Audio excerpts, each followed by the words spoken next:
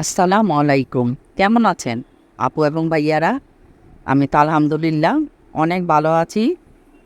যে যেখান থেকে আমার ভিডিওটি দেখা শুরু করেছেন একটা লাইক দিয়ে দেখতে থাকেন আর সাবস্ক্রাইব করে আমার সাথেই থাকেন।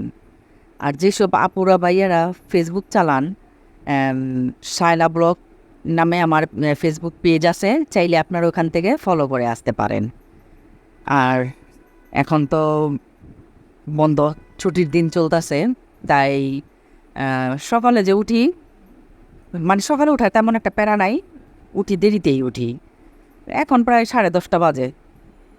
তো চিন্তা করলাম যে এখন আহ, কিছুদিন 4-5 দিন বন্ধ আছে তানজিনার, তারপরে তাফসির তো স্কুল বন্ধ, তারপর প্রাণের স্বামী বাসায় আছে, আর আমার তো বন্ধ নাই, কাজ নাই। কাজ মানে ঘর আমার, আমার তো আর বাইরে কাজ না।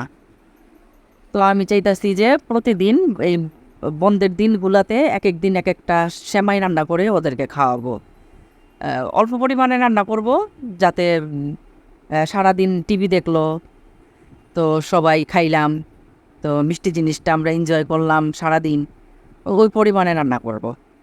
আর আজকে একদম জোরে জর্দা সেমাই রান্না করতেছি, ঘি দিয়ে আর নারিকেল দিয়ে।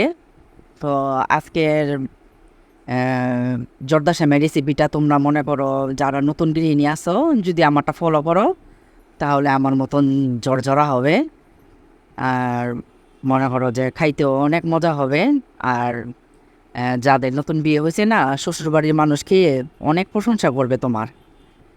তারপর দেখো, আমি কিন্তু উল্টায় পাল্টায় ভালো করে এই ইটা প্যানটা ধরে ধরে উল্টায় পাল্টায় ভালো করে সুন্দর করে লাল করে বাইজা নিছি সেমাইটা। সেমাইটা সুন্দর করে ভাজবা, একটা গ্রান বের হবে।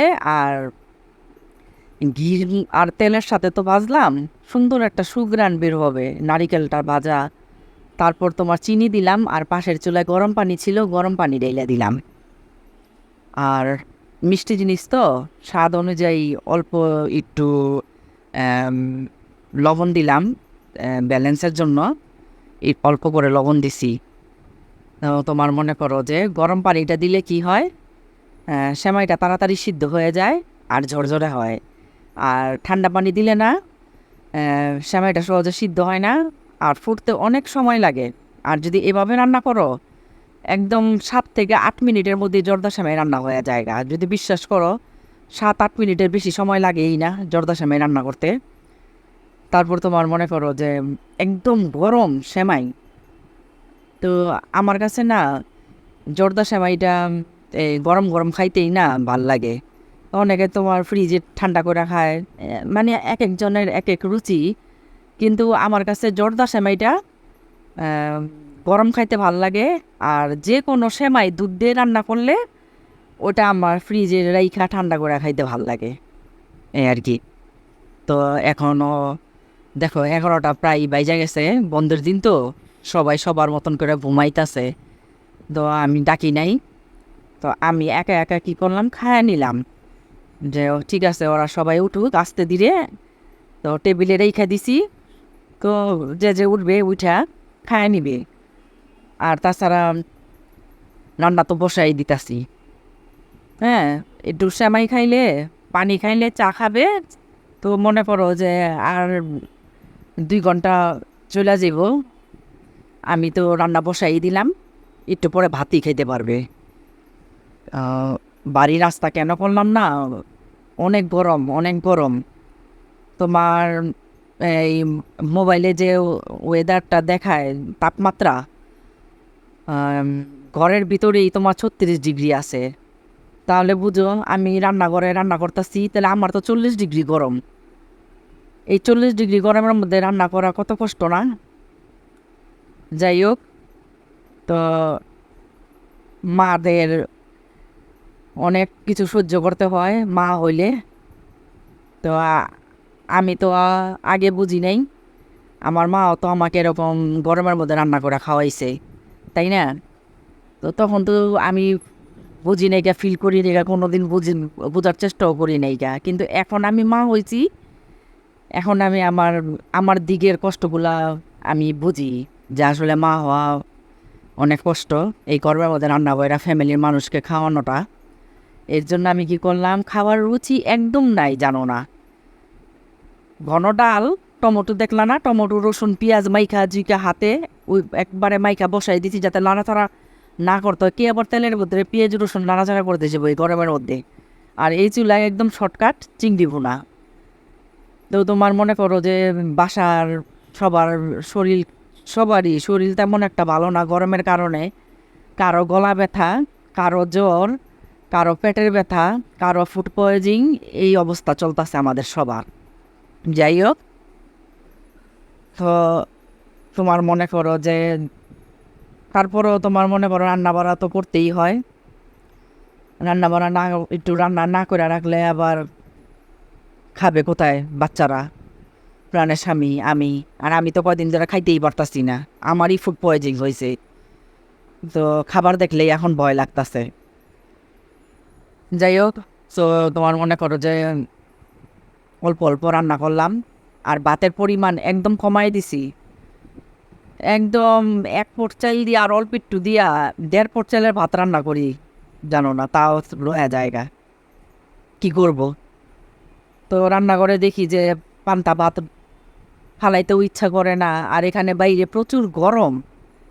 তা আমি কি করলাম, গরম ভাতও নিলাম না, চিংড়ি মাছ ডাল কিচ্ছু নিলাম না, একটা ডিম ভাজলাম বেশি করে পেঁয়াজ কাঁচামরিচ দিয়া, আর একটা শুকনা মরিচ ভাইজা।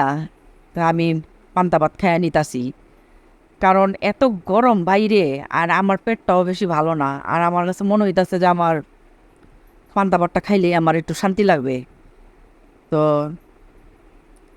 আজকে তো পয়লা বৈশাখ না, পয়লা বৈশাখ তো কালকে। তো পয়লা বৈশাখের আগেই আমি কি বলে, সবাই পান্তা ইলিশ খায়, আর আমি পান্তা ডিম ভাজা খাইতাছি পয়লা বৈশাখের আগেই। তোমাদের পান্তা ভাত খাওয়া দেখা যা যার খাইতে ইচ্ছা করে, দুপুরে ভাত যদি রান্না থাকে ওই ভাতের মধ্যে পানি দিয়ে একটা ডিম ভাইজা আমার মতো শুকনা মরিচ ভাইজা খায় নাও, ঠিক আছে, হয়ে যাবো পয়লা বৈশাখ। তো যাই হোক, দুষ্টামি করলাম। আসলে কি, ওই যে ভাত আসলে পাকঘরে পানি দেওয়া ছিল, তো মায়াও লাগতাছে, এত দামের চাল ভাতগুলা ফালাই দিব। তো ওই কারণে আর কি পান্তা ভাত খাইতাছি। তো আমি আবার বাসার সবাইরে বলতাছি যে দেখো আমি পয়লা বৈশাখের আগে পয়লা বৈশাখ করে ফেলাইলাম। তো বাসার সবাই বলতেছে হ্যাঁ ঠিকই তো আম্মু। তো ওরা আবার এই যে খাইতাছে চিংড়ি মাছ দিয়ে। তারপর তানজিনা আবার ঈদের দিনের চাপা শুটকি ভর্তা ছিল, ভর্তা দিয়ে খাইলো। জিজ্ঞাস করলাম ভর্তা খাবে, দাও। তো ফ্রিজ থেকে ভর্তা বাইর করে দিলাম, তানজিনা ভর্তা দিয়া খাইলো, খায় আবার চিংড়ি মাছ নিল। তো ওদেরটা দেখাই, কারণ আমি তো পান্তা ভাতই খাইলাম। বিশ্বাস করো এত মজা লাগছে, আমি এমনি 3 দিন ধরে ভাত খাই না, কিচ্ছু খাই না, কিচ্ছু খাই না। এক তো আমার মনে করো যে আজকে অনেক ভালো লাগলো পান্তা ভাত খাইয়া, মনে হইলো যে এটাই জান্নাতের নিয়ামত। যাই হোক, তারপর তো তোমার মনে করো যে আসলে প্রাণের স্বামী রমজান গেল, রমজান যাওয়ার পরে তার প্রতিদিনের রুটিনে ফিরে আসছে। প্রতিদিনের রুটিনের মধ্যে হইতাছে ভাত খাওয়ার পরেই প্রাণের স্বামী কিন্তু চা বসায়। তো সব বেলার চা কিন্তু আমি তোমাদেরকে দেখাই না, কারণ আমরা ঢাকার মানুষ, 4বার 5বার আমরা চা খাই। সব বেলার চা তো আর দেখাই না, হয়তো সকালে দেখাই, না হলে মাগরিবের পরেরটা দেখাই, 2 বেলার যে কোনো 1 বেলারটা দেখাই। তো এর জন্যই বললাম যে প্রাণের স্বামী আগের রুটিনে ফিরে আসলো। এই যে শুরু হয়ে গেল তার দুপুরে ভাত খাওয়ার পরে সবার জন্য চা রান্না করা। তো আসলে ওই প্রাণের স্বামী ভাত খাইয়া চা খাইতো, আমাদেরকেও দেয়, আমাদেরকেও অভ্যাস করে ফেলাইছে। আমরাও মনে করো যে এই চা না খেলে ভাল লাগে না। আর আমরা বিকালে কেউ ঘুমাই না, তো তো ওই কারণে কেমন যেন কাজকর্ম করি, যে যার মতন একটু মোবাইল চালাই, ওমা মুরগির মতন ঝুমি ঠিকই, কিন্তু ঘুমাই না। তো ওই কারণে তোমার মনে করো যে এই মুহূর্তে প্রাণের স্বামী একটা 1 কাপ গরম গরম চা দেয়। তো চাটা খেলে বিশ্বাস করো শরীরটা পুরো চাঙ্গা হয়ে যায়, কি এনার ঘুমায় ওমা মুরগির মতন ঝুমুম।